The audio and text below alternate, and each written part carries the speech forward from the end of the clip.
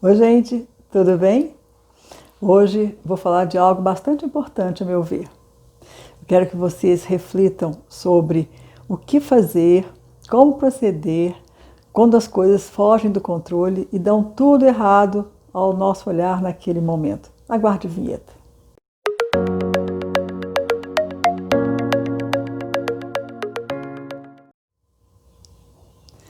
No nosso dia a dia, muitas coisas podem acontecer que no momento em que elas se dão, nós podemos classificá-las como deu ruim, né? Como a gente fala na gíria hoje, deu errado.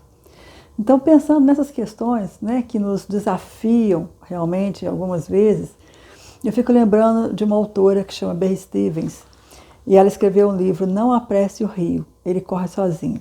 Ela tem uma abordagem gestáltica na psicologia. Mas eu quero dividir com vocês algumas reflexões que ela faz nesse livro. E ela fala uma frase muito interessante, que eu não sei se é dela, de autoria dela, ou se ela cita no livro, então não posso falar da autoria, mas eu vou citar essa frase para falar da essência dela, tá bom? E essa frase diz o seguinte: se tudo dá certo, é ótimo, gera bem-estar.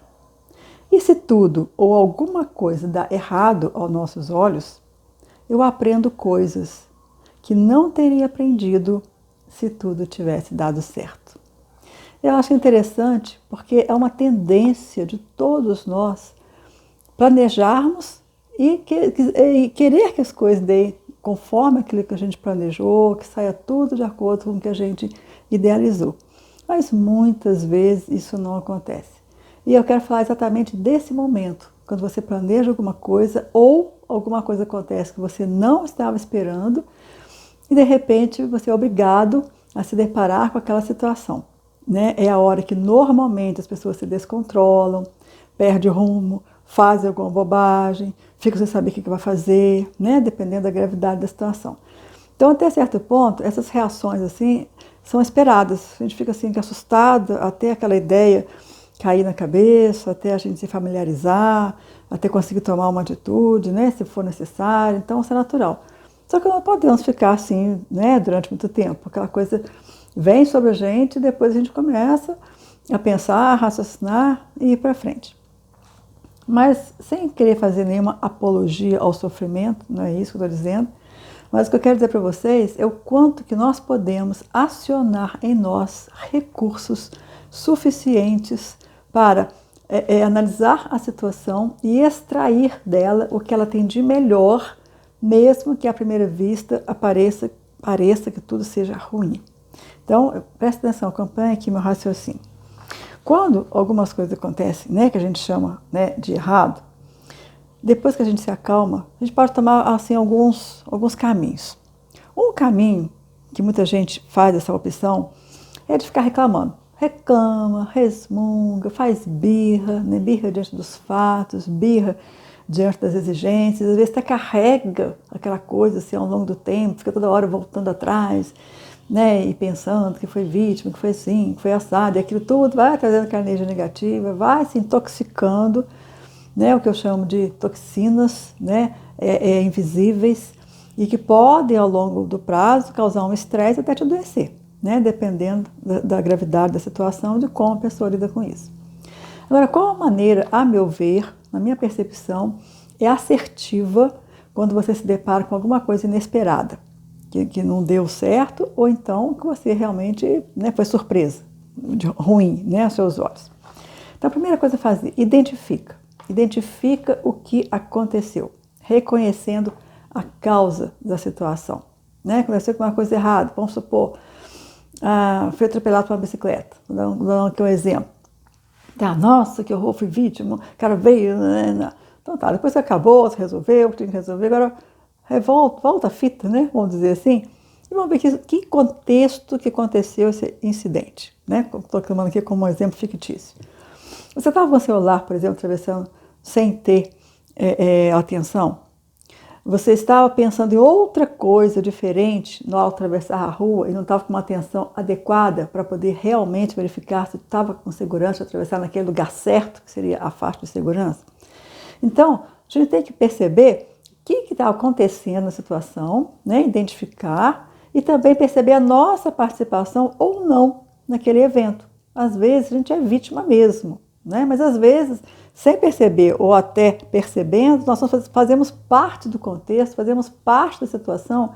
Temos que perceber qual é a responsabilidade do outro, qual é a minha responsabilidade naquela situação, para as coisas poderem ficar bem claras. Porque é uma tendência também da gente achar que só o outro é culpado, só o outro está sem razão, e que nós estamos certos, nós estamos corretos em tudo que pensamos e fazemos, e não é desse jeito. A gente tem que ter essa coragem de perceber, né, a minha responsabilidade diante dos fatos e assim, né, a do outro também.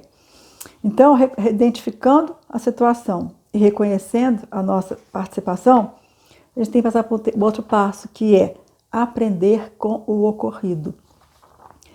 Tudo que nos acontece nos traz um aprendizado. Eu até tenho um vídeo que fala sobre a vida é uma escola. Tudo. Pode parecer ruim, pode parecer horrível, pode parecer trágico, até ser trágico. Mas aquela situação, se você tiver olhos, né, assim, mais com sabedoria, olhos mais sensíveis, aquela situação vai te mostrar e vai te ensinar, ou vai te preparar, ou vai te treinar por algum motivo, para alguma coisa. Então nós precisamos extrair, né, igual a abelha extrai da flor, né, aquele mel, aquele néctar, né, vamos dizer assim, mel não, o néctar. Então nós precisamos também de extrair dos acontecimentos, sejam bons ou maus aos nossos olhos, aquilo que ele pode nos ensinar, aquilo que a gente pode refletir para ser uma pessoa melhor, para se consertar e para aprender com aquele episódio. Esse exemplo fictício que eu dei aqui da bicicleta, por exemplo, né, se a pessoa perceber que ela estava pensando em outra coisa completamente diferente na hora de atravessar e não viu que o sinal estava fechado para ela, etc., ela aprende então que na hora de atravessar uma rua, ou na hora de dirigir um carro, ou situações ou outras, ela não pode ficar pensando em outras coisas quaisquer, porque são situações que exigem uma atenção específica e não dá para ficar pensando em outra coisa. Então, quer dizer, sempre traz um aprendizado para que a gente possa corrigir aquilo, né, e redirecionar nossos pensamentos, nossas atitudes, nossas posturas, né, e as nossas ações. E já que eu estou falando aqui de bicicleta, né, foi um exemplo que me veio à cabeça, estou falando aqui também de sinalização, etc. Eu já falei isso em outro vídeo, mas eu vou repetir aqui agora, porque eu acho essa reflexão interessante, da questão do semáforo. Né? Vamos passar essa questão do semáforo para a nossa vida pessoal.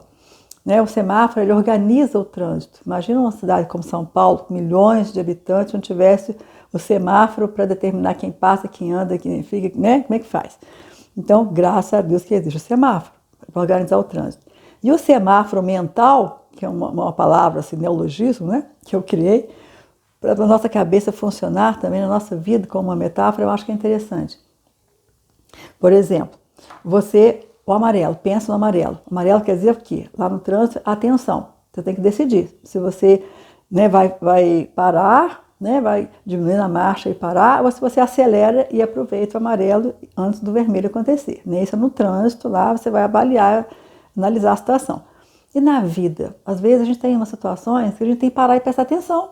Você tem que diminuir um pouco a marcha, vamos dizer assim, no sentido simbólico, e começar a olhar para os lados, para saber se realmente está tomando a atitude correta, se está tudo bem mesmo, ou se está faltando alguma coisa, se sentiu algum desconforto, tem que parar e pensar para tomar uma atitude. Vai ter outros momentos, é esse sinal vermelho, você tem que parar tudo e falar, peraí, isso aqui não dá mais. Eu não posso ter esse emprego, eu não posso ter esse relacionamento, eu não posso sujeitar essa situação, não posso concordar com aquilo outro. Então, assim, parar, se reposicionar e tomar outra atitude diferente. E tem momentos que a gente precisa de seguir. Temos que seguir em frente, até apesar de nós e apesar das circunstâncias. Não podemos parar, ficar lá esperando, não. É hora de prosseguir, é hora de seguir, é hora de enfrentar, é hora de se posicionar, é hora de acionar coragem, determinação e fazer o que tem que ser feito, falar o que tem que ser falado. Então, a gente poder entender esses 3 sinalizadores aí, nessa metáfora, né, do semáforo, eu acho que facilita um pouco a vida de forma didática, da gente perceber qual é a hora que você tem que ter atenção e ficar olhando e avaliando, a hora que você precisa de parar tudo e ter uma atitude radical, para depois começar a prosseguir outra vez, e a hora que a vida te impulsiona a seguir em frente, independente de qualquer coisa, e você vai conseguir, porque nós temos todos, como diz a PNL, todos os recursos que precisamos dentro de nós. Às vezes o que é necessário é que nós possamos ter conhecimento, né, dessa possibilidade, ok? Então espero que essa reflexão tenha servido para você, né? Se você gostou desse vídeo, eu peço que você dê o seu like, que você faça a inscrição no canal, né? Que você compartilhe com as pessoas, né? Que você acione o sininho para que possa ver as notificações, faça comentários sobre o vídeo, perguntas ou sugestões de tema e etc. E se sentir vontade, eu creio, né, que seja legal, você visita o meu site www.alicidamasceno.com, ok? Muito obrigada pela atenção e até o próximo vídeo.